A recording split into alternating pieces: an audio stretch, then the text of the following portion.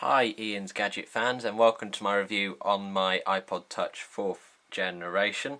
But before we get started, I've got a really quick shout out to do to Matthew Walsh, because he has been publicising my channel for the last weeks and deserves a shout out. So thank you very much to Matthew Walsh for shouting out the channel and getting involved. And if any of you don't want to get involved with my channel, please follow us on Facebook. We have a Facebook page, it's Ian's Gadgets, or you can send me an email, iansgadgetchannel@gmail.com. I'll put the link in the description. Right, let's get on with my iPod Touch review. As you can see, I've got my iPod Touch here, the home button, and you've got a front facing camera and you've got a rear facing camera on the back. There's lots of scratches. I've had it a couple of years.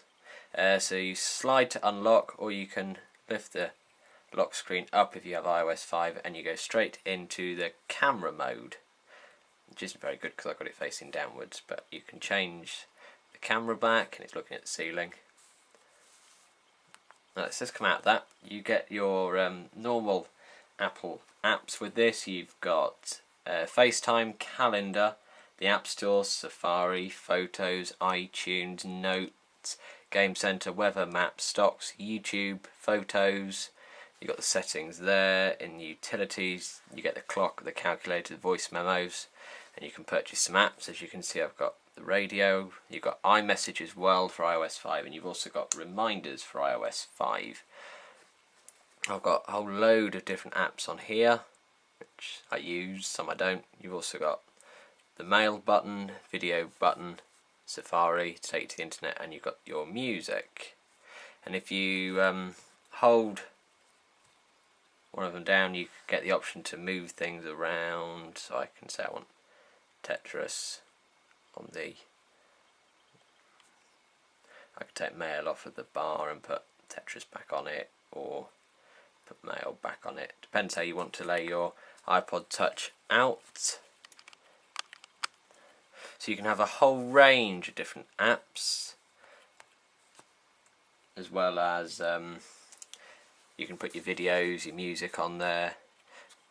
Your music gets laid out quite nicely if you turn the screen round. You get to slide along all the albums you've got on your iPod. Don't know if you can see all the ones I've got on there, but I've got some there. The only thing wrong about the iPod is when you tilt it that way, the screen doesn't go with you. The screen on the iPod Touch only stays landscape.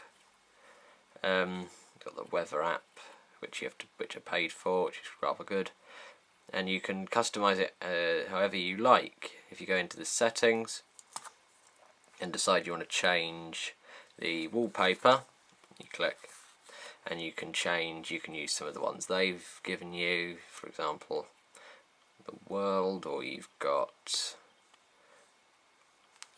cobbles on a street, or you've got a flower, waves, the world, people listening to music. You can use your own pictures that I've taken. You can change that. Also with iOS 5, as I said on my iPad review, you've got notifications. Let's get rid of that one. So it tells you all your notifications. On mine, I've got the weather and I've got my calendar, and you can customize that by going to settings, scroll up, and notifications. Then let's say I want to add what isn't there. Don't want to add that. The one will add mail, and I want it in notification center. I want to have a banner at the top. I want to be able to view them in lock screen, and then it automatically changes. And of course with the iPod and the iPad, you can take a picture, which I'm going to demonstrate now. I'm going to take a picture and it's going to come up on my iPad. It's a bit complicated. Right. So there's my iPad. I'm going to take a picture. Photos. Come out of that. I'm going to take a picture of my pencil case. Taking a picture of that.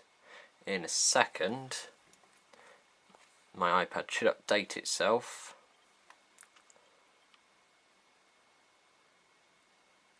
Should. come out of it and go into it again. Should update itself with this new picture.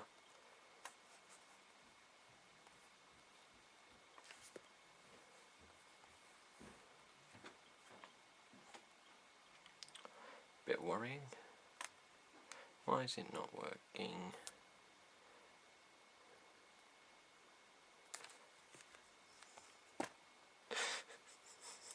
It's because I hadn't hit the right button at the top of the iPad.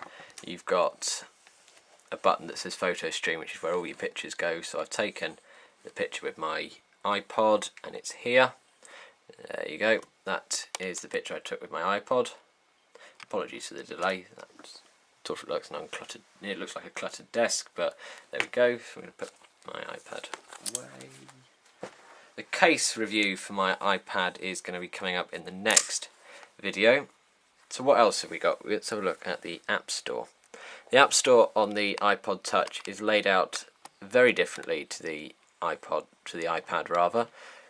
This, you get all the apps that are just available for your iPod, not your iPads, and then App will give you the app of the week or the game of the week, some categories, and then the top apps that people have brought through the week. You've got your essentials, the iTunes Festival. You can search for apps. You've got the top 25 paid and free and grossing apps rather. And it's the same layout for the iTunes. It's notes. It's the same layout for the iTunes store, with just a few more options down the bottom. There you go. Here you've got music, videos, search, purchased, and more.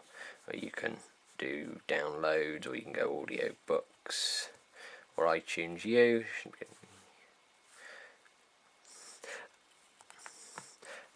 Overall, I'd give the iPod Touch. See, it's really quite slow. I'd give the iPod Touch 5 out of 10. It's becoming a little bit old, and it sort of needs it needs updating really. But other than that, it's brilliant if you just want to take it out and listen to music. Not so good because you don't have the 4G or the 3G version, so you can use the internet on the go. You have to use a home hub or Wi-Fi hotspot if they're free. Some you have to pay for, I know. You can have some good apps though, and overall I'd give it 5 out of 10 stars. So thank you very much for watching my iPod Touch review.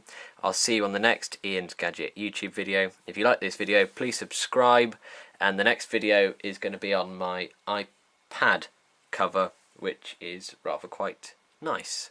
So I'll see you on the next Ian's Gadget video. Please subscribe. Thanks for watching.